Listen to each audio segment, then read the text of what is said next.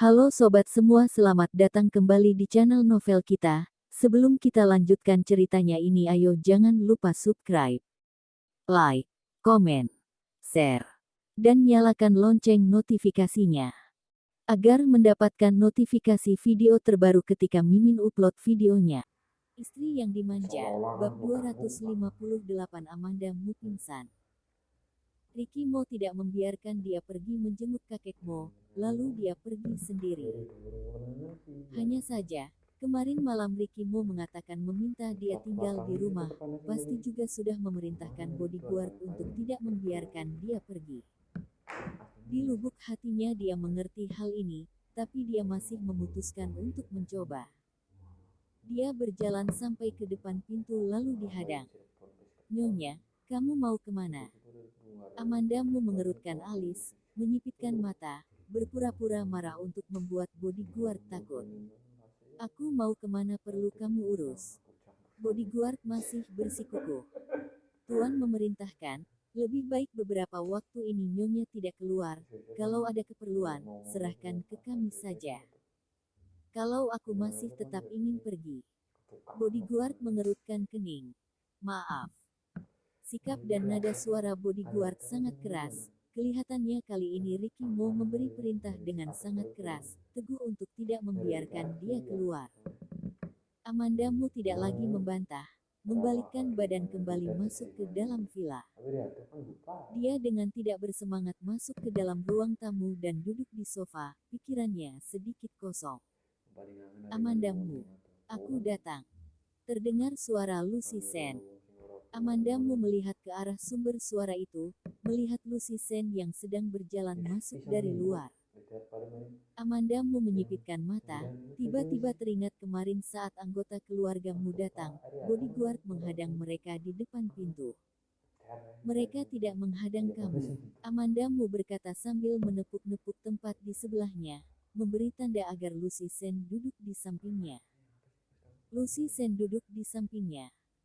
"Tidak kok, malah kenal sama aku, masih memberi salam kepadaku, langsung membiarkan aku masuk." Amanda Mu mendengar ini, otaknya berpikir dengan cepat. "Anggota keluargamu kemari," bodyguard mati-matian menghadang, Lucy Sen datang, bodyguard langsung membiarkan dia masuk. Tidak perlu bertanya juga tahu, ini pasti perintah dari Ricky Mo. Lucy Sen membalikkan kepala melihat Amanda Mu yang sedang berpikir keras, mengeluarkan suara berkata, "Kamu sekarang tidak perlu berpikir terlalu banyak, lebih baik dengan tenang melahirkan dulu, masalah besar di luar biarkan bos besar yang menyelesaikan untukmu. Dia tidak membiarkan aku keluar lagi." Amanda Mu berkata dengan tidak bersemangat. Lucy Sen berpikir lalu berkata, "Juga demi kebaikanmu, sekarang masalah kakek Mo masih sangat kacau, kamu tidak keluar juga suatu hal yang baik. Tapi aku tidak ingin duduk menunggu seperti ini. Siapa yang ingin menjebak aku? Aku tahu, apa yang dipikirkan Ricky Mo aku juga tahu, masalah ini awalnya juga karena aku yang memulai, sedangkan aku saat ini justru yang paling menjauhi masalah ini." Selesai berbicara, Amanda Mu kembali menambahkan, "Aku ingin keluar." Amanda Mu berkata seperti ini, Lucy Sen merasa ada benarnya. Lucy Sen bertanya padanya, "Benar ingin pergi? Kamu ada cara?" Amanda Mu membalikkan kepala melihat dia. Lucy Sen mengedip-kedipkan mata, kemudian menghadap ke pintu berteriak dengan keras. "Amanda Mu, kamu kenapa? Kenapa kamu pingsan?" Selesai dia berbicara, mengulurkan tangan mendorong-dorong Amanda Mu. "Cepat, pingsan." Amanda Mu memejamkan mata, berpura-pura pingsan. Suara Lucy Sen membuat bodyguard dan pelayan datang. "Nyonya kenapa?" Lucy Sen menggelengkan kepala, dengan raut yang terkejut. "Tidak tahu kenapa bisa pingsan, jangan banyak bicara, antar dulu ke rumah sakit, dia sedang hamil." Lucy Sen seorang aktris, aktingnya seperti sungguhan, bodyguard juga tidak curiga, langsung membawa Amanda Mu ke rumah sakit. Rumah sakit yang dituju kebetulan rumah sakit milik perusahaan Mo, juga rumah sakit di mana kakek Mo dirawat. Lucy Sen tentu saja juga ikut pergi. Dia dan Amanda Mu duduk di kursi belakang, agar lebih mudah untuk menjaga Amanda Mu. Sampai di depan pintu rumah sakit, begitu pintu mobil dibuka, Ricky Mo langsung mengulurkan tangan menggendong Amanda Mu masuk ke dalam. Saat Lucy Sen melihat Ricky Mo, dia terpaku. Tadi dia membantu Amanda Mu agar beberapa bodyguard itu keluar. Dia juga tidak menyangka Ricky Mo bisa ada di sini untuk mengawasi. Dia hanya bisa membantu Amanda Mu sampai di sini saja. Lucy Sen membawa tas turun dari mobil, berlari mengejar. Bos besar. Ricky Mo tidak membalikkan kepala, masih dengan raut wajah seperti biasanya. Amanda Mu kenapa bisa pingsan?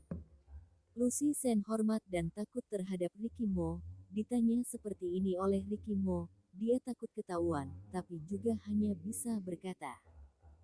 Tiba-tiba saja pingsan, kita berdua sedang berbicara, lalu dia, seperti ini. Berbicara sampai akhir, tidak terasa suaranya menjadi kecil. Ricky Mo tinggi, kakinya jenjang, langkah kakinya besar dan cepat. Lucy Sen berbicara sambil berlari kecil agar tidak tertinggal olehnya. Dia diam-diam melirik ke arah Amanda Mu yang sedang digendong. Sudut mata Amanda Mu terbuka sedikit, mengedip-kedipkan mata, memberi tanda agar Lucy Sen cepat pergi. Di perjalanan, Amanda Mu memejamkan mata, sampai di depan pintu rumah sakit, dia perlahan membuka matanya melihat, mengetahui bahwa ini rumah sakit di mana kakek Mo dirawat, diam-diam berteriak dalam hati. Saat Ricky Mo menggendong dia sudah merasa kalau orang yang menggendong dia adalah Ricky Mo. Hanya, dari pemeriksaan setelah ini pasti akan ketahuan. Dia ketahuan, tidak apa-apa, tapi bahaya kalau sampai ketahuan kalau Lucy Sen juga ikut terlibat membantu dia. Lucy Sen mengerti maksud Amanda Mu, memukul pelan kepalanya sendiri, dengan raut wajah terkejut berkata. Aku teringat hari ini ada hal penting yang harus aku selesaikan, bos besar aku pergi dulu. Ricky Mo tidak melihat dia, hanya menggendong Amanda Mu dengan tergesa-gesa berjalan menuju UGD. Lucy Sen langsung pergi meninggalkan tempat itu. Saat hampir sampai di UGD, Amanda Mu memanggil namanya. Ricky Mo. Ricky Mo segera menghentikan langkah kakinya, menundukkan kepala melihat Amanda Mu, dengan wajah tanpa ekspresi berkata. Bukannya pingsan. Amanda Mu berkata. Sekarang sudah sadar. Hei. Ricky Mo tersenyum dingin, menurunkan Amanda Mu.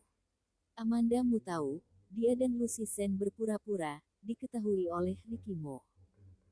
Untungnya, Ricky Mo tidak marah sampai menjatuhkan dia, melainkan masih dengan hati-hati menurunkan dia.